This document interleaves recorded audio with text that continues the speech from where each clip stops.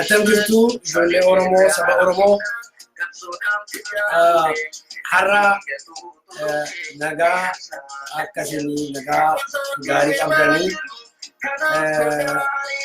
akkasii malaansoo keessa chaptarii isa tokkorraa chaptarii isa tokkotti darbaa jirtanii hinman ilaalaa. Haa ta'u malee hamma namoonni seenanitti mee waa'ee Adam Haaruu kana ilaalla. Adam Haaruu maal jedhaa? Mee gudima Adam Haaruu kana ilaalla. Waraabuu inni tokko narraa bu'ee waraabu kan biraan na yaabbatee. Si bineensuma tokkollee wanaanamu nyaatamu kiyanoolu Yesus waa duraan ba'u humna koo jabeeffadhee halbee koo qophe lachuu ofirraa dhabu jedha.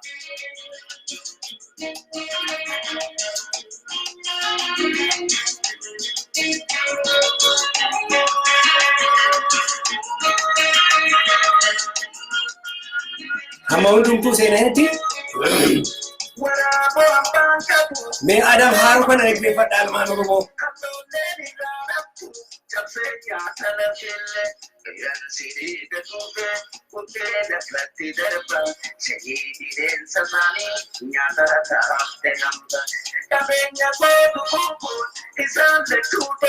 Isaan lachuu tokkuma.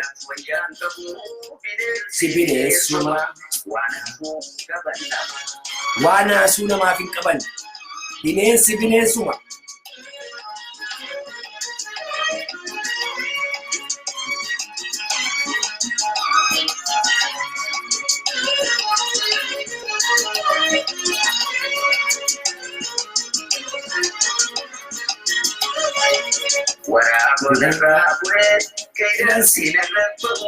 Bineensi bineensuma.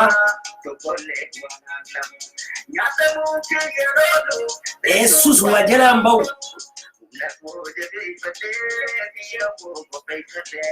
Lachuu ofirraa dhawu.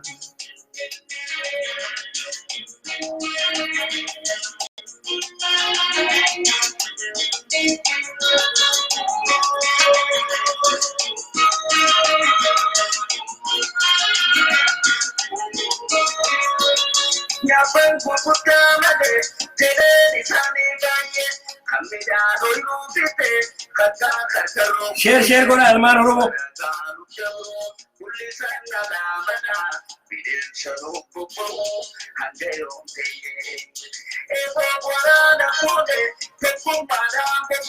Tokkummaadhaan bobbaana.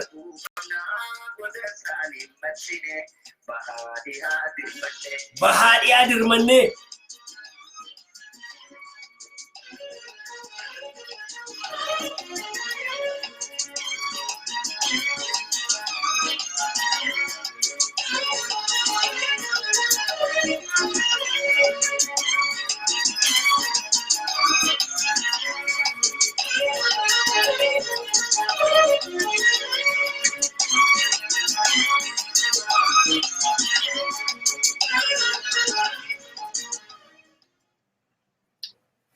Ilmaan Oromoo baga nagaadhaan dhuftanii baga nagaadhaan deebinee wal agarree har'a waan Oromiyaa keessatti deemaa jiru hundumti keessan beektu beennaa dhageenyirra dhageessaniittu. Hoduu kana attamitti simanna, attamitti ilaalla, attamitti seeccaana, attamitti seeccaana. Tarkaanfii inni itti aanu immoo maayinni. Attamitti fudhannaa, attamitti hungulaallee seeccaanaa, attamitti immoo tarkaanfii itti aanu fudhanna. Inni jedhu baay'ee dhimma jabaa dhalli Oromoo mar'umaan Oromoo keessaa kan ba'e kan itti yaaduun irra jiru awwaara kaasuun kan irra hin jirre awwaaraan kan goonfamuun irra hin jirre kabarchaachaadhaan kan goonfamuun irra hin jirre bita mirga ilaaluun kan irra jiru har'a ilmaan Oromoo.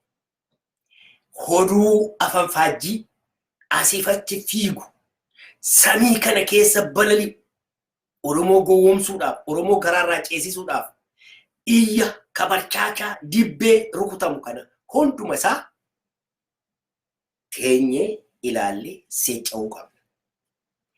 Isa kanaafan dhufe har'a. Hamman danda'een gumaachuu yaala. Hamman danda'een karaa isinitti agarsiisuu yaala. Yaaleeras ani of jajuuf utuu hin ta'in jalqaba yeroo Abiy Ahmed taayitaatti dhufu maal akka inni gochuuf deemu eenyu akka inni ta'e gaafa inni muudame kaasee maal akka inni godhe muudame gaafa lammaffaa dhiyeessine viidiyoo kanarratti haasofne namaa wajjin interviyuu laanne reediyoo sagalee walabummaa Oromiyaa irratti dabarsine uummanni Oromoo hin galuu fidide. Hin joonje. Harka rukutuutti ka'e. Kabarchaachaa duukaa fiiguutti ka'e. Maaloo dhaabadhaa laala. Lakkii namicha kana laala. Lakkii ilaala. Namni dhaga'u nabatu. Har'a kun wadda nageenya. Har'a hamma tokko dammaqeera namni. Wanta inni gochaa jiru ilaaltaniitu. Mee amma immoo hamma naa danda'ame waa raaguu yaada. Nan yaala. Ilaa kanatu dhufuuf deema. Garanatti adeemuuf deemu. Amma immoo inni ittaanu immoo kana. Jedheetaniini mee karaa xiqqoo ishee ibsaan isinii ibsuu yaala. Maaliif viidiyoon kun waan taa'udha. Dookumentii ta'ee taa'a. Bor gaaf tokko keessa deebitanii ilaaluu dandeessu. Inni narra jedhe kuni maal akka inni fakkaatu. Kanaafitu Abiy Ahmed yeroo taayitaatti dhufee maal gochuuf akka dhufee maal akka jedhee hundumti keenya beekna. Egaa har'a OPDO'n foormaalii jechuudha. Seera biyya sanaatiin dhumate gaama. OPDO waan jedhamu hin jiru. EPP waan jedhamu jira.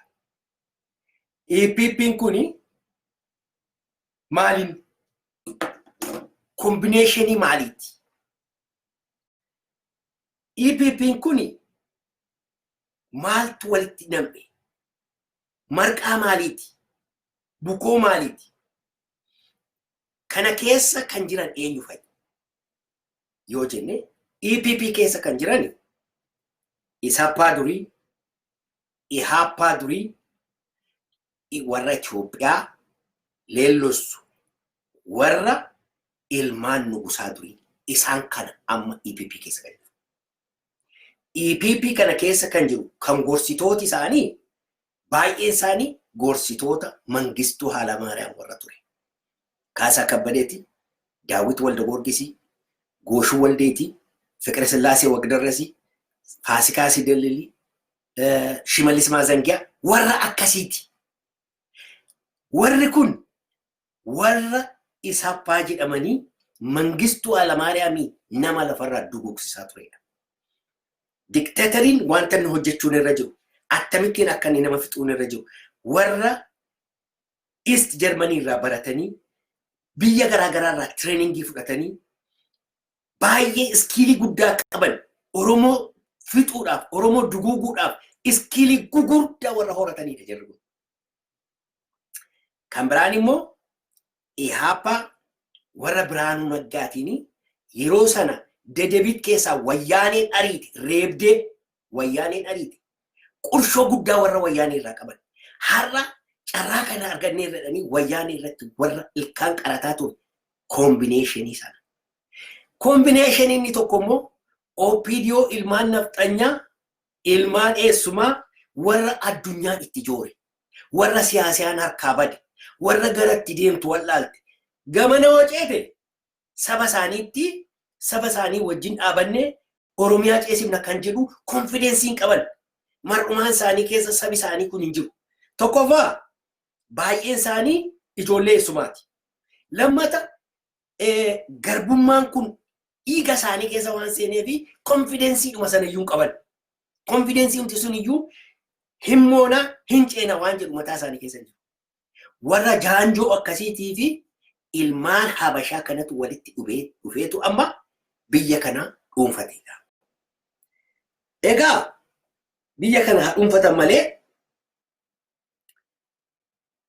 garamitti adeemu inni jiru baay'ee barbaachisaadha. Yaadattu yoo ta'e Daawit Walda Goorgis maal jedhe? Waan akka giruuppii tokko dhaabee jedhe Abiyyi. Konstituushinii kana higgii kana bittimsee paarlaamaa diigee jedhe. Dhaggeeffadha. Paarlaamaa diigee mootummaa yeroo xiqqoo ishee tokko bixxilee jedhe. Konstituushinii haaraa katabee jedhe. Biheer beerasab inni jedhu inni Itoophiyaa jeeqaas ture kun balleessanii jedhe. Dhaggeeffadha. Isa booddee Itoophiyaa haaraa ijaaruun hin danda'ama jedhe. Ilmaan Oromoo sanarraa ce'aniiru jirru kun Abiy waan jedherraa dhaabeera hin dhaabne. Ittuma jiraa jechuudha. Step by step wanta Daawit Walda Goorgis jedhe. Daawit Walda Goorgis yeroo nuyi mana hidhaa keessa ture nama keenya reebsisaa ture. Moohee Abdoofa Gazaayin Kaasaawun fa'aa warra ajjeesise. Warra Obbo Abiyyuu Galataa dudda cabse. Warra Mokonnon Galaanii miila buqqise.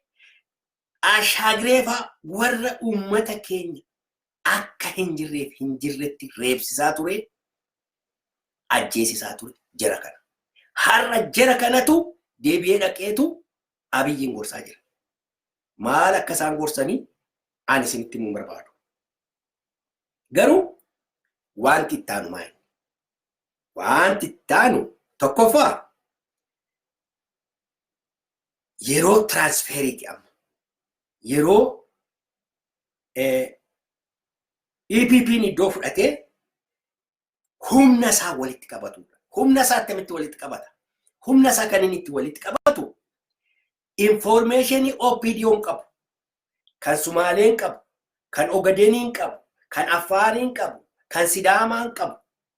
Hunduma isaa information iddoo tokkotti walitti qabu, classify godhu. Informationii kuni odeeffannoo fakkeenyaaf ani isa kan biraan kan Oromoon beeku. Warri Oromoo keessaa Oromoo eenyutu hamma kam memberiin OPDO, eenyu kan horii qabu, eenyu kan baankii qabu, eenyu kan lafa fudhate, eenyu kan kana godhu, hunduma isaa nafxanyaatti gabaasu. Kophaa warra lakana fiiddanii eegeraftanii lafa hirattanii maal jettanii dibbee rukutaa baatan hundumti keessan kophaa kanatti. Akkuma addanaa dhaqanii dokumentii yeroo ijoolleen qeerroodhaa lolaa turte dokumentii fudhatanii dhaqanii itti kennanitu har'asi dokumentii sana fuudhanii eenyutti kennu? Daawit Walda Goorgis fa'aa itti kennu. Ilmaan Habashaa warra aramanii dhiiga Oromoo xuuxaa turetti fuudhanii kennuuf. Inni kuni step isa jalqaba dokumentii kana walitti qabatu eenyu structurein isaa eenyu eessa jira eenyu maal godhe hunduma isaa walitti qabatu. Maaliif barbaachisa? Tokkoffaa ittiin to'achuudhaaf. Lammata blackmail ittiin gochuudhaaf. Oromoo kana secret isaa hundumaa nafxanyoonni eega fudhatanii booddee isa nama ajjeese, isa nama gurgurate, isa lafa gurgure, isa balleessaa tokko godhe hunduma isaa dokumentii godhataniitu xalaa barreessaa. Dokumentiin kennu bira jira. Wanta nuyi siin jettu gootaa jedhuun. Wanta nuyi siin jennu gootaa har'aa booddee abalutti riippoortii gootaa jedhuun. Ati basaasi iddoo akkasiiti basaasi. Ati Beeljiim keessaa basaasi. Ati Minesootaadhaa basaasi. Ati Daalasii basaasi. Ati Addanaa basaasi. Assaayimentii tittiramu. Utuu hin jaallatin jilbeenfatteetu riippoortii gootaaf. Tokko gaafan. Kan biraan inni lammaffaan maalitti gattaa'u? Inni lammaffaan dhaaba kami har'a kan nuun chaalenjii nu godhu. Achi keessaa biyya sana keessaa dhaaba kam har'a daqiiqaa kanatti Oromiyaa keessaa kan EPP dura dhaabbatu eenyu? Nattima waboo. Number one inni jalqabaa meenorra kan jiru waboo. Har'a ajendaan isaanii inni jalqabaa waboo. Waboo akkamittiin bal'eessina isa jedhu isatti gadi taa'u.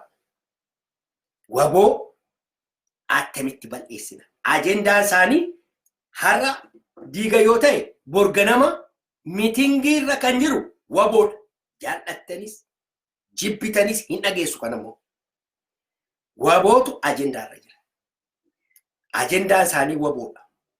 Har'a Oromiyaa keessatti namni ilmaan Habashaa dura dhaabatu, namni qawwee kaasee lubbuu koon dabarsa biyya abbaa kootiin fudhattu kan jedhu waboo qofa tokko jiru. So amma ajendaa isaanii kana maal godhu? Already propaganda jalqabanii. Already jalqabameera waboo irratti hojjechuun. Akkamitti jalqabameen isiniin jedha gaa. Har'a propaganda tokko dubbisaan ture. Akkamittiin jalqabanii amma fira Oromoo fakkaachuudhaan jalqabu. Tokkoffaa har'a maal jedhan? Lammaani miitingii dhaquu dide. Miitingii sanarra xaayibaadha. Abaluu dhiitanii ba'an. Kana jechuun maal jechuudha? Isaan gama Oromoo ce'anii jechuudha. Gowwoomsaa Habashaa. Mangistuu Hayilamaariyaam jala namni dhiitee ba'e Finfinnee keessan bulu. Daawit Waldagoorgis jalaayi miitingii namni dhiitee bule har'as Finfinnee keessan bulu soba dubbiiti. Kun hundumtuu propagaandaadha. Lammaani miitingii kan inni dhaquu dhiise gamana fakkaachuudhaaf amma gara Oromootti kalaa'ee. Waboon isaanii wajjin haasa'uu danda'a. Gara wabootti kalaa'ee akka jedhamuuf. Kun propagaandaadha. EPP'n propagaandaa ishee qopheessite lamaan akka inni dhanne mari'ataniiti. Ilmaan Oromoo tasa hin gowwoomin. Abiy jalaa kan dhokatu waa takka hin jiru. Utuu Abiy hin ajajin, utuu Abiy hin jedhin waa takka OPDO'n gochuu hin dandeessu. Kaleessas OPDO'dha, har'as warra OPDO'ti jirra. Jarri kan isaan godhan amma sobanii Oromoo gowwoomsuudhaaf waa bixxilataa jiru. Bixxilleen kun immoo already jalqabeera. Maal jedhan? Gaaddisa hoggantoota keessummaalota Oromoo kan jedhamu waa tokko bixxilaniiru. Amma gaaddisa sanarraa kan xiqqoo ishee gaaf tokko mul'ate lammaan. Amma warra akka Xaayibaafaa maarreefaa kuni giruupiin kuni hammi xiqqoo ishee Oromoo biraa soft heartii argatan lallaafa garaa lallaafa argatanii fiiganii dhufanii adda lixanii gaaddisa sana jalatti walitti qabamneetu nu Oromoodhaaf dhaabannaa jedhu. Kana bilaanii isaanii. Kun hundumtuu soba. Kun hundumtuu dizaayinii Abiyyi. Kun hundumtuu dizaayinii Daawit Waldagoorgis. Dizaayinii Gooshuu Waldeeti. Dizaayinii Shimallis Maazangiyaadha. Dizaayinii ijoollee ilmaan Habashaati kun. Gaaddisa waan jedhamu hin jiru kana booddee teeknikaal komitee isa lammaffaadha. Isa waboo gashuudhaaf qophaa'edha kun. Isaan amma kan isaan godhanii akkamittiin waboo cabsinaadha. Ilmaan nafxanyaas isarratti walii galu. Propagaandaadhaan, maallaqaan, maaloodhaan amma gaditti lolaasuu jalqabu gidduu kana nama waboon araaraan galuu qaba. Waboon hiikkachuu qaba. Kunoo EPP'n karaa bane. Kunoo ilaahu isa harkatti qabanne kana qabannee EPP wajjin hojjenna. Maaloodha. Gaaddisi suni takka hin arrabsa. Takka jaalala odeessa. Takka hin arrabsa. Utuma Oromoon joonja'uutu galagalee waboodhaan. Maarree kunoo EPP'n akka jechaa jira. Maaliif hin galtan? Jechuudhaaf deema. Garuu waboon kana caalaa beeka. Kana caalaa dammaqeera. Har'a kan Oromoo keessaa ba'ee Oromoodhaaf dhaabatu dhaaba tokkittii tafe. Dhaabi tokkittiin sun waboo qofa. Oromoo Liberation Army. That's it. Period. waan takka jiru kanaaf hin jiru. Ijoolleen eessumaa akkuma inni hin gadda jedhe ijoolleen eessumaa kuni hundi ishee galte gaa darsa ishee guurrattee manzii fi intinitti galte amma gara caalu koo kan mootummaa sana beeta mangisti isa jedha sana kan qabate koo ijoollee marraa beeteeti ijoollee manzeeti ijoollee ifaateeti ijoollee qocaa cibbaati hundi isaanii ijoollee sidaamaati. Warri Daawit Walda Goorgis Bilaattaa Walda Goorgis kan jedhamu sanyii Minilik mana Haile Sillaasee keessaan ba'u jaarsi. Jarri kuni Kaasaa Kabbadee ilma Dajjaasmaach Kabbadee innis warra Minilik. Jarri kuni ilmaan Minilik akaakayyuu Minilik hundi isaanii kanatti namanii jiran ilmaan Oromoo kana beekan. Kana booddee namni si dhaabatu tokko hin jiru. Technical committee dhaan gasitti dhufuuf jiru. Amma kan isaan jedhan anything wanta barbaade Finfinnee keessaa kan gadi ba'u Magilacaa jedhi ibsa jedhi haasaa jedhi Abiy Ahmed biiroo Abiy Ahmedii ala waa tokko wordiin tokko dubbatamuu hin danda'u. Maaliif beektu diktaatarii jechuun akkasi. Diktaatarii jechuun waan dhaabi biyya sana keessatti hojjetu tokkoon kontroolii godha.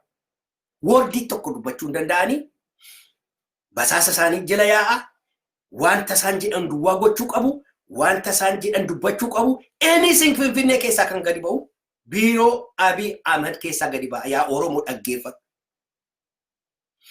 Warri dabarsan abbaa fedhe haa ta'u dhaaba barbaadde haa ta'u achi keessaa kan dabarsu Abiy Ahmediin utuu hin mari'atin Abiy Ahmed utuu hin dubbisin ibsa ejjennoo kan ba'u hin jiru Abiy Ahmeditu baasa.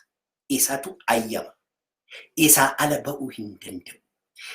Lammaa Magarsaa maarreen kee maaloon kee hundi isaanii Abiy Ahmedii wajjin hojjetu.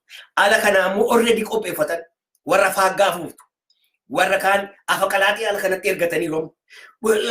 Itoophiyaa wajjin jiraannaa, Amaaraa wajjin haasofnaa, maaloo wajjin haasofnaa, yoo akkasitti walitti dhufnee maaloo wajjin Abiy Ahmedii Oromoon saantimii tokko mootummaa kana keessa hin jiru. Hin galanii. Yoo Oromoon tokko gale, yoo Oromoon tokko as keessatti argame, har'aan taayitaa isinii gadhiisaa. Afaan isaatiin jedhe. Oromoon tokko mootummaa koo keessa hin jiru. Oromoon tokko eegan dhufe tasa homa tokko hin arganne. Argatee sin beeku hin argatu. Jabanaa Haile Sillaasee Mikittil ministeerii maarree jabana dargii turanii waan gatii hin qabne irratti shuumamanii turanii. Xiraatii hin qabu ture shuumanati isaanii. Yeroo sana shuumanati isaanii waa tokko gatii hin qabu ture. Xiqqoo isheen haa'obsa waa tokko gatii hin qabu ture. Homa tokko faayidaa hin qabu ture. Kana eegan dhufe homa tokko hin arganne. Kana immoo dhugaan isinii ba'a. Har'a yoon gadi baasee isin keessatti dubbadde achi hundi Oromoon natti kaati. Nama qaanii hin qabne qaanii malee kana dubbate Abiy Ahmed. Ilaa. I think by Ethiopia context, Ilaa. Under 0.1% ተጨማሪ ነገር ወስዶ ከሆነ እኔ በ24 ሰዓት ተከላቸዋለሁ። ችግር Dhaggeeffadhaa. ይነገራል። ትክክለኛውን ዳታ እዚህ ብናገር ነገ ደግሞ ችግር ሌላ ስለሚያመጣብኝ ግን እማን ውሸት ሚኒስትር ዴኤታ አማራ በዘመን መካከል ባለፉት 30 ዓመታት አግኝቶ የማያውቀውን ነው ያገኘው እንጂ የተቀነሰበት በቁጥር በጥራት አፍረጥረጠው ያላችሁኝ እንደሆነ ደግሞ ከኔ በፊት ሁልጊዜ ኦሮሞ ሚኒስትር ዴኤታና ሚኒስትር ይበልጥ ነበር ኢትዮጵያ ውስጥ በቁጥር በጥራት አላ በቁጥር አሁን ግን አማራ ይበልጣል። ኦሮሞ የሆኑትን በመቁጠር ከነሞተን ሲኒያንስ አሉ ተደርጓል። እሺ ከነስ dhaggeeffadhaa. ሞላቸው የሚል ክስ ነውና እንዲህ ወርጄ ቁጥር ባላነሳ ደስ ባላይ ነበረ። ነገር ግን እየተነሳ ያለው በዚህ መልክ ስለሆነ ህዝብም የተድበሰበሰ እንዳይመስለው መረጃ ማግኘት ስላለበት ትንሽ መረጃ መስጠት እወዳለሁ።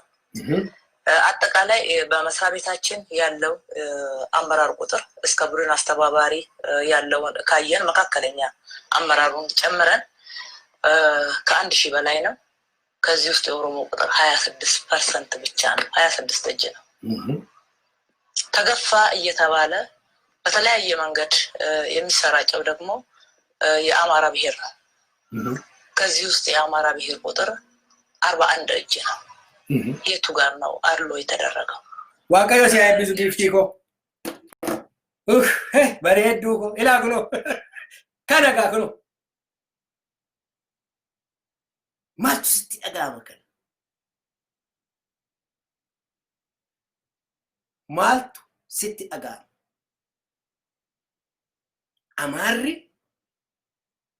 41% ኦሮሞ 26% 26% ኦሮሞ አማራ 41%. Can you hear me? hammam nama gaddisiisa. Kana hin dhageessaa ilma Oromoo. Kun sammuu keetti sii galaa. Amaaraan 41%, Oromoon 26% jedhanii with confidence qaanii tokko malee haasoftiniitiin. Namni hin qaanamu qaanii ni jiru. Qaanii tokko malee atu kana dubbattiniitiin. Abiy Ahmed Waaqayyo isaaf tolu maal jedhe har maal jedhe dubbata dhageessaniitu maal jedhe dubbate Abiy Ahmed Oromoon waggaa 30 keessatti hamma har'a argate yeroo ko argate hin beeku. Keessaa baasii dubbadhu yoonaan jettan ilmaan Oromoo. Keessaa baasiiti dubbadhu yoonaan jettanii maybe kanaan dura ministeer deetaa positionii argateera. የማይረባ ፖዚሽን argateera. Xiraatiidhaan garuu har'a argatee jedhe. Positionii gatiin qabne argateeroo jedhan Amaarri haa jedhe kun attama gammadu. Siif immoo attam qaanofta amma. Yeroon Amaara gidduu taa'ee nama taayitaatti isa fide. Nama dhiigasaa dhangalaasee Oromoo isa dhiigasaa dhangalaasee taayitaatti isa fide kan akkasitti yeroo inni salphisu yeroo Amaara akkasitti afaan banteetti kofaltu ilmaan Oromoo maaltu sitti dhaga'ama? Kana caalaa wanti nama qaanessu jira laata? Kana caalaa kan nama gaddisiisu jira? Kana caalaa kan namatti dhaga'amu jira? Kana caalaa kan gadaantummaan namatti dhaga'amu jira?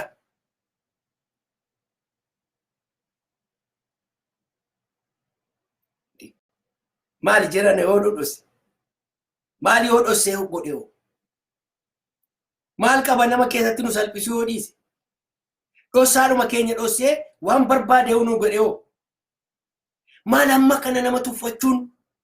Maal hamma nama kana ummata hamma kana ga'u? Ummata miliyoonii 50 akka jedhanii ijarratti tufuun kun maali? Maali kun? Attamitti ilaaltu ilmaan Oromoo? Attamitti ilaaltu? Kanagaa inni isinii ibsu dhufe. Kanaan egaa rileeshinii isaanii kan isinitti agarsiisu dhufe. Eenyutu biyya sana geggeessaa jira? Mangistuu Hayilamaariyaamtu geggeessaa jira. Har'a geggeessitoota keessaa kan dhabame Mangistuu Hayilamaariyaam duwwaadha. Ashaagireen jira? Jira. Daawit Waldagiyoorgis jira? Jira. Faasikaan jira? Jira. Shimallis jira? Jira. Kaasaan jira? Jira. Warri mana hidhaatii baate warri dargii jirti? Jirti. Hundi isaanii achi jiru beeta mangistii keessa. Mangistuu Hayilamaariyaam duwwaadhaaf. Isaaf immoo already abiyyiin argataniiru. Kanaafi ganaa Oromootti fincaa'uudhaaf deemti jirti. Yaalmaan Oromoo. Ganaa gudii meeqa arguudhaaf deemna. Diktaatoroonni, faashistoonni hamma isaan itti nama miidhan hin agarreesin. Ganaa wayyaaneetti harka miliyoonii tokko. Wayyaaneen saamicha duwwaadha kan isheen hojjette.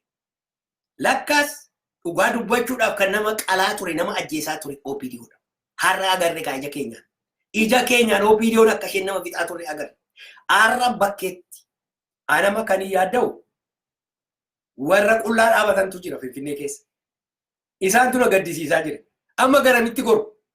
Warri cheenjii keessa dhufe kana harkatti qabannee kaasuutti baannee maalootti qabannee warri jechaa ba'an akkam ta'u. Mi'a isaanii xaxatanii baqatu moo? Achuma taa'u moo? Maal godhu isa technical committee ammaa kanatti galanii waboo irratti duulu moo? Definitely wanti isaan gochuun irra jiru assignmentiin har'aa kaasee isaanitti kennamu waboo basaasuu, waboo adamsuu, waboo gowwomsuu, uummata Oromoo gowwomsuu, maglacaa baasuu, maaloo baasuu, uummata ittiin awwanabbadu, waboo irratti nama duulchisu, waboon akkan harka kennu gochuu kana irratti duulama. Kana booddee torban dhufuu kaasee dibbeen rukutamu kana duwwaadha. Ilmaan Oromoo kana dhaga'utti qophaa'e. Waboonis kana beekutti qophaa'u. Humna keenya hundumaan waan qabnu hundumaan ilaa dhaaba ishee tokkitti yaabde.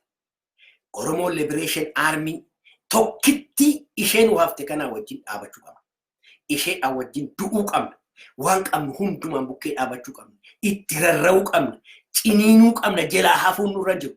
Isaani amma gaa hundumtuu gar tokkotti luucca'aniiru. Difference isaanii fixataniiru. Ihaappaan, Isaappaan, Maarteen gar tokkotti luuccofteetti, Tigiraay qophaa ishee dhaabbatteetti, waboon gamaa qophaa dhaabateera. Uummati Oromoo gidduu dhaabateera. Warri afaan faajjiin doorii maaloo jettee amma xurumbaa qopheeffataa jirti. Ala kana warra daldaltoota kana of eeggannaa barbaachisa. Warra ala kana xurumbaa afuufuudhaaf qophooftu. Isaaniin ammaa kaafne irratti hojjechuu qabna. Irraa kaafne saaxiluu qabna. Har'aa kaafne irratti hojjechuu qabna. Akka isaan Oromoo gowwomsuudhaaf, Oromoo irratti duuluudhaaf qophaa'aa jiran, akka isaan faangaa isaanii walawwalataa jiran, akka isaan doorii isaanii irratti yaa'anii iyyuudhaaf qophaa'aa jiran, warra kana of eeggachuu qabna. Warri kun maal jedhu? Amma abiyyiin sobanii akka abiyyiin balleessuudhaaf, abiyyiin attaakii gochuuf haasa'u. Soba dubbiiti. No. Inni isaan haasa'anii maal jedhu? Warra gaaddisa kana uummata Oromoo akka inni gara gaaddisaatti deebi'u hiddii abii karaa sanaa dhaqee uummata Oromoo akka inni balleessu isatti qophaa'aa jiru. Kanaafi wabootti jabaachuudha, waboo jala hiriiruudha, Oromoo Liberation Army jala hiriiruudha. Waldhaansoo isa dhumaa goonaa, himmoona shakkiin tokko hin jiru, dhugaa qabna, dhugaadhaaf kaane, dhugaadhaa wajjin dhaabanna, dhugaadhaa wajjin tarkaanfanna. Ilmaan Oromoo hamma Republic of Oromiyaan ijaajjutti tas ilmaan naftanyaati wajjin jiraachuu hin dandeenye. Har'a agartan dheengadda duubaa agartan akka isaan itti nu tuffatan, akka isaan itti nu jubban yeroo meeqa kana keessa deddeebinee haasa'aa ture. Ilmaanni Habashaa diina keenya. Kan nu isaanii wajjin jiraachuu dandeenyu eega isaan mana isaanitti galanii Oromiyaa qulqulleessinii booda keenye akka nama tokkootti irree keenya itti agarsiifneetu negoosheetii wajjin gooneeti. Isayyuu yoo fedhii keenya ta'e wajjin jiraannu. Yoo kanaa gadi Oromiyaa Riippaabilikii ijaarrannee Oromoo Liberation Army wajjin dhaabannee gara fuulduraatti deemuun nurra jira. Waaqayyo sinaa eebbisu. Kanammoo goona hin shakkina hin moona.